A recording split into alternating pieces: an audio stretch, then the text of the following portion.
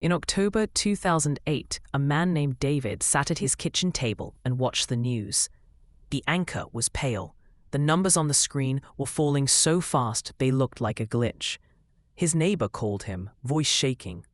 "David, did you see what's happening? I lost $40,000 today. What do we do?" David looked at his coffee, took a slow sip, and said something that would confuse almost everyone who heard it. "I know. I've been waiting for this." While millions of Americans were watching their retirement accounts collapse in real time, David wasn't panicking. He wasn't calling his broker in a cold sweat. He wasn't selling everything at the worst possible moment. He was calm, and over the next 18 months, while the average investor lost nearly 50% of their net worth, David quietly built more wealth than he had in the previous decade. He didn't have insider information. He wasn't a Wall Street genius. He was a high school teacher from Ohio. And what he did, you can do too. In this video, you're going to see exactly what David did differently. You're going to understand the specific decisions he made months before the crash hit. And more importantly, you're going to see how those same decisions apply right now, today, in the environment we're living in. Because here's the thing most financial channels won't tell you. The next crisis is not a question of if, it's a question of when. And the people who walk away rich from a crash are never the ones who reacted fastest. They're the ones who prepared earliest. Stay with me, because what I'm about to show you changes everything. Let's go back for a moment, not to scare you, but to remind you of something important, something most people have already forgotten. In 2008, the financial system didn't just wobble. It nearly collapsed entirely. Major banks that had existed for over a century disappeared in a matter of days. Lehman Brothers, gone. Bear Stearns, gone. Washington Mutual, the largest bank failure in American history, gone. The stock market lost over 50% of its value in less than 18 months. Retirement accounts that took decades to build were cut in half almost overnight. And the worst part, most people had no idea it was coming. Or more accurately, they had every sign in front of them, and they chose not to look. Housing prices were rising at impossible rates. Debt was being packaged and sold as if it were gold. Banks were lending money to people who had no realistic way of paying it back. And the entire financial media was telling everyone the same thing. Don't worry, the market always goes up. Sound familiar? Because here's what's uncomfortable to say out loud. The conditions that existed before 2008 are not ancient history. They are not some unique, unrepeatable anomaly. Many of the same patterns, the same behaviors, the same levels of debt, the same overconfidence, they exist today. And the people who understand that are not living in fear. They're living in preparation. There's a massive difference between those two things. Fear makes you freeze. Preparation makes you move. And the people who moved before 2008, before the dot-com crash, before every major financial disruption in modern history, they didn't just survive. They came out the other side with more than they started with. Let me show you exactly how. David grew up in a working-class family in Columbus, Ohio. His father worked at a factory. His mother was a nurse. They weren't poor, but they weren't wealthy either. They lived paycheck to paycheck, like most American families. And David swore to himself that he would do things differently. By his mid-30s, he had managed to save around $90,000. Not a fortune, but real money. Money that represented years of discipline and sacrifice. He had it in a standard investment account, mostly in index funds and a few individual stocks. And in 2006, something started bothering him. He couldn't explain it perfectly at first. It was more of a feeling, a pattern he kept noticing. His colleagues were refinancing their homes to buy second properties. His brother-in-law had just taken out a loan to invest in the stock market. His neighbor, who worked at a car dealership, had just bought a boat, a vacation home, and a new truck, all in the same year, on a car salesman's salary. David started reading, not just financial news, but history. He read about the Great Depression, about the savings and loan crisis of the 1980s, about the dot-com collapse, and he noticed something that chilled him. Every single major financial crisis in history had been preceded by the same thing. Ordinary people doing extraordinary things with borrowed money. Confidence so high it stopped looking like confidence and started looking like delusion. And a financial media that kept telling everyone the party would never end. So David made a decision. Not a dramatic one. Not an all-or-nothing bet. A quiet, methodical, almost boring set of decisions. He reduced his stock market exposure significantly. He built up a cash reserve that could cover 18 months of his family's expenses. He moved a portion of his savings into assets that historically held value during downturns. He paid off his remaining consumer debt entirely. And then he waited. His friends thought he was being paranoid. His brother-in-law laughed at him at Thanksgiving dinner. "You're going to miss the bull run, David. The market's going to keep going up. You're leaving money on the table." David smiled and passed the mashed potatoes. 2 years later, on the fall of 2008, the call came. His brother-in-law, voice tight with panic. "David, I lost everything. The account is down 60%. I don't know what to do." David didn't say, "I told you so." He said something more powerful. "Come over. Let's talk about what you do next." Because while his brother-in-law was in crisis mode, David was in opportunity mode.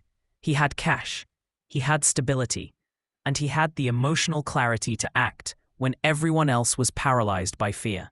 Over the next 12 months, David systematically bought into the market at historic lows. Quality companies, undervalued assets, real estate in his area that had dropped 40%. By 2012, his net worth had more than doubled, not because he was smarter than everyone else, but because he had prepared when preparation felt unnecessary, and he acted when action felt terrifying to everyone else. Now here's what I want you to understand. David's story is not unique. There are thousands of people like him, people who saw the same news everyone else saw, who lived in the same economy, who had access to the same information, but who made fundamentally different decisions. And what separated them from the majority wasn't intelligence. It wasn't wealth. It wasn't luck. It was a framework, a set of simple but powerful principles that they applied consistently, quietly, and without drama. And that framework is exactly what I'm going to walk you through right now. Because the next crisis won't announce itself. It never does. But if you have these pieces in place before it arrives, you won't just survive it. You'll be positioned to do exactly what David did. Walk away richer than when it started. Strategy number 1. Build your financial firewall first. Before you think about investing, before you think about growing wealth, before anything else, you need a firewall. A financial firewall is simply this: enough liquid cash to cover your essential expenses for a minimum of 12 months, ideally 18. Not invested, not in the market, not in crypto, not in real estate you can't quickly access. Cash. Sitting in a high-yield savings account, earning modest interest, completely accessible. This sounds boring. I know, but here's what that cash actually is. It's not dead money, it's ammunition. When the market drops 40%, the person with no cash reserve is forced to sell at the worst possible time, just to cover their bills. The person with 18 months of cash reserves doesn't have to sell anything. They can wait, they can think clearly, and when the right opportunity appears, they can buy. The emotional benefit of this single strategy is almost impossible to overstate. When you know your family's basic needs are covered for the next year and a half, no matter what happens in the market, you stop making decisions from fear. And decisions made from fear are almost always the wrong decisions. David had this firewall in place before 2008. It was the foundation of everything else he did. Start here. Always. Strategy number 2. Diversify across asset classes that don't move together. Most people think they're diversified because they own 20 different stocks.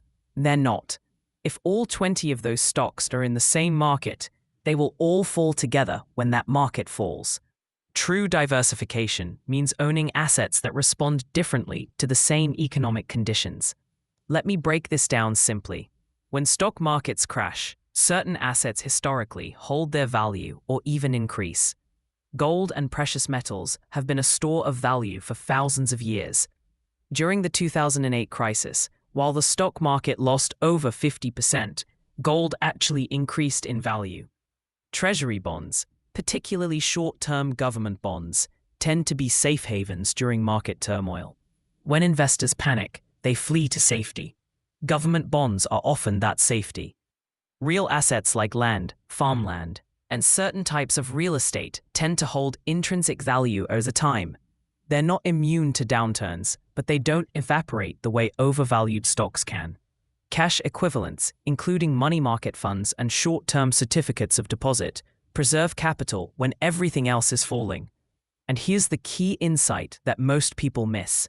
You don't need to be all in on any of these. You don't need to sell everything and buy gold. You need a thoughtful allocation across multiple asset classes so that when one falls, others hold steady or rise. The goal isn't maximum return in good times. The goal is resilience across all times.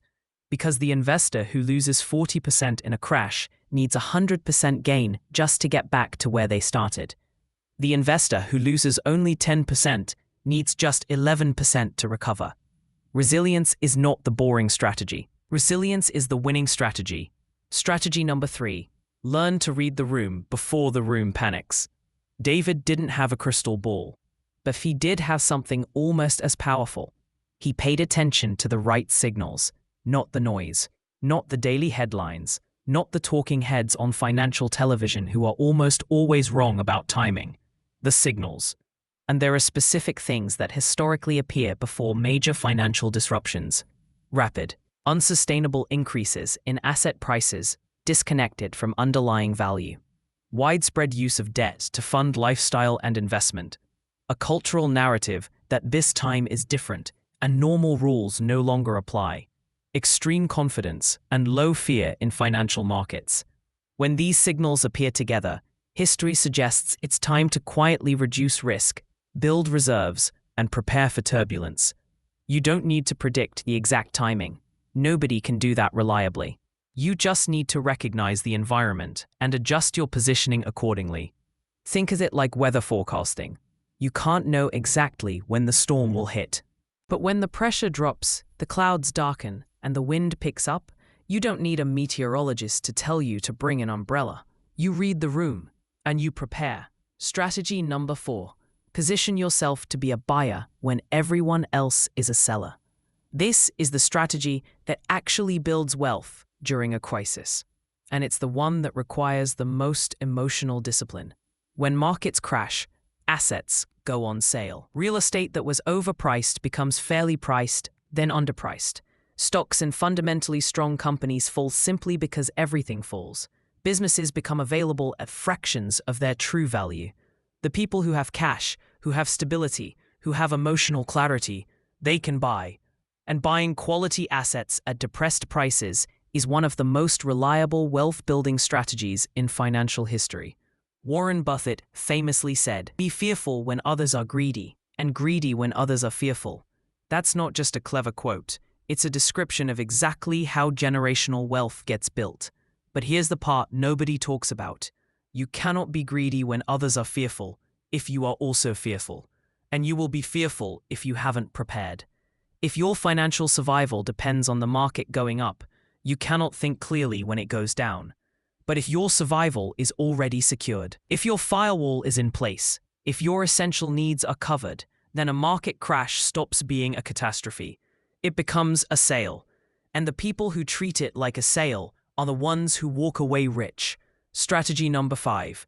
Protect your income, not just your investments. Here's something most financial content completely ignores. Your income is your most important financial asset, not your portfolio, not your real estate, not your savings. Your ability to generate income consistently is the engine that powers everything else. And during a financial crisis, income is often the first thing at risk. Jobs disappear, businesses contract, clients pull back. The people who navigate crises best are the ones who have protected their income in advance. This means different things for different people. If you're employed, it means making yourself genuinely indispensable, developing skills that are valuable in downturns, not just in boom times, building relationships that transcend any single company or industry. If you're self-employed or a business owner, it means diversifying your client base, so no single client represents more than 20% of your revenue. It means building recurring revenue where possible. It means keeping your overhead lean so you can survive a significant revenue drop without catastrophic consequences. And for everyone, it means developing at least one additional income stream that doesn't depend entirely on your primary job or business. Not because you need the money right now, but because when the crisis comes, having multiple income sources is the difference between stress and stability. David had a side income from tutoring that covered his family's grocery and utility bills every month. It wasn't glamorous. But when 2008 hit and school budgets were cut and his teaching position felt uncertain, that side income was a lifeline. Protect your income, diversify it, make it resilient, because your investments can recover from a crash. But if you lose your income and your investments at the same time, recovery becomes exponentially harder. Now I want to talk about something that nobody in finance likes to discuss, because it's not about numbers, it's about psychology. And it might be the most important thing in this entire video. The reason most people lose money in a crash is not because they made bad investments. It's because they made good investments and then sold them at exactly the wrong moment. They panicked. And panic is not a character flaw. It's a deeply human response to perceived threat. When you see your account balance drop by 30% in a week, your brain does not process that as an abstract financial event. It processes it as danger, and your instinct is to run, to sell, to get out, to stop the bleeding. And that instinct, that completely natural, completely understandable human instinct, is almost always the worst possible financial decision you can make. Because markets recover. They always have. Every single crash in modern financial history has eventually been followed by a recovery. The people who sold at the bottom locked in their losses permanently. The people who held, or better yet bought more, recovered and then some. But here's the uncomfortable truth. Knowing this intellectually is not enough. You cannot think your way out of panic in the moment. You have to build systems in advance that make panic-driven decisions impossible. That's what the financial firewall does. That's what diversification does. That's what income protection does. They don't just protect your money. They protect your decision-making. They create the emotional space to think clearly when everything around you is screaming to run. The majority of investors follow the crowd. They buy when everyone is buying, which is usually when prices are high. They sell when everyone is selling, which is usually when prices are low. They act on emotion disguised as logic, and they wonder why they never seem to get ahead. The people who walk away from crashes richer are not smarter. They are calmer, and they are calmer because they prepared. I want you to close your eyes for a moment and imagine something. Imagine it's 6 months from now. The headlines are bad, really bad. Markets are falling. People around you are panicking. Your phone is full of notifications about financial chaos, but you're sitting at your kitchen table, maybe with a cup of coffee, and you feel something that most people around you don't feel.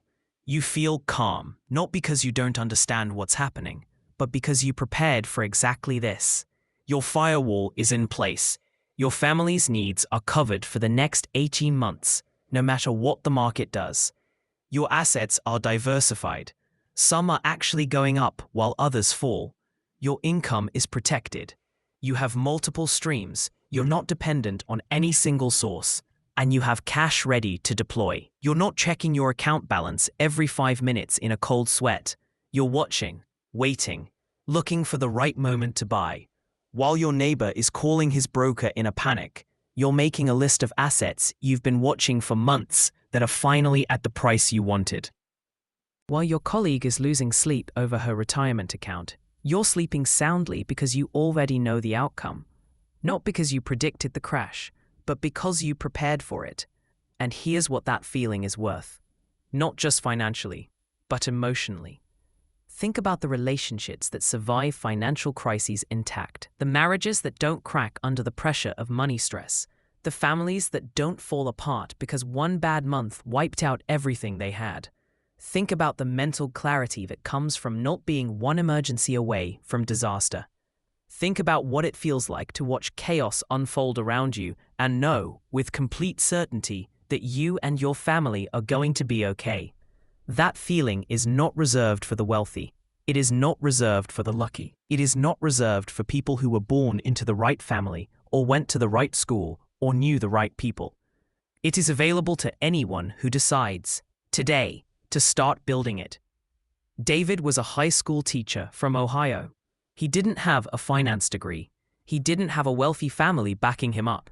He had discipline. He had patience. And he had the wisdom to prepare before preparation felt necessary. And that made all the difference. The people who walked away from 2008 richer were not special. They were simply earlier. Earlier to recognize the signs. Earlier to build their firewall. Earlier to diversify. Earlier to protect their income. Earlier to position themselves as buyers in a world full of panicked sellers. And the beautiful thing about being early is that it doesn't require genius. It requires decision. Just one decision. The decision to stop assuming that things will always be fine. The decision to stop waiting for the perfect moment to start preparing. The decision to take the boring, unglamorous, deeply powerful steps that most people will never take because they feel unnecessary right now. They always feel unnecessary right now. Until they don't. Until the moment arrives when the market drops, and the headlines scream, and the phones start ringing with panicked voices. And in that moment, you will either be one of the people making those calls, or you will be one of the people who answers calmly and says the words David said, I know. I've been waiting for this. The next crisis will not send a calendar invite. It will not give you a warning. It will not wait until you feel ready. It never does. But here is what I know with absolute certainty after studying every major financial crisis in modern history. The people who come out ahead are never the ones who are the smartest in the room. They are the ones who are the most prepared, and preparation is a choice you make before you need it, not after. So let me ask you something directly. If a significant financial disruption happened in the next 90 days, how would you feel? Would you feel the panic that most people feel? Or would you feel the quiet confidence that comes from knowing you've already done the work? If the honest answer is that you'd feel the panic, that's okay.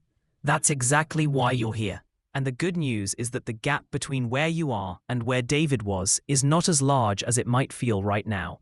It starts with one step. Build the firewall. Then diversify. Then protect your income. Then position yourself to buy when others are selling. None of these steps require a large amount of money to start. None of them require a finance degree. None of them require perfect timing. They require only one thing: the decision to start. Today, not next month. Not after the next paycheck. Not when things feel more stable, because things never feel stable enough to start. And the people who wait for stability before they prepare are the ones who are never prepared when stability disappears. David didn't wait.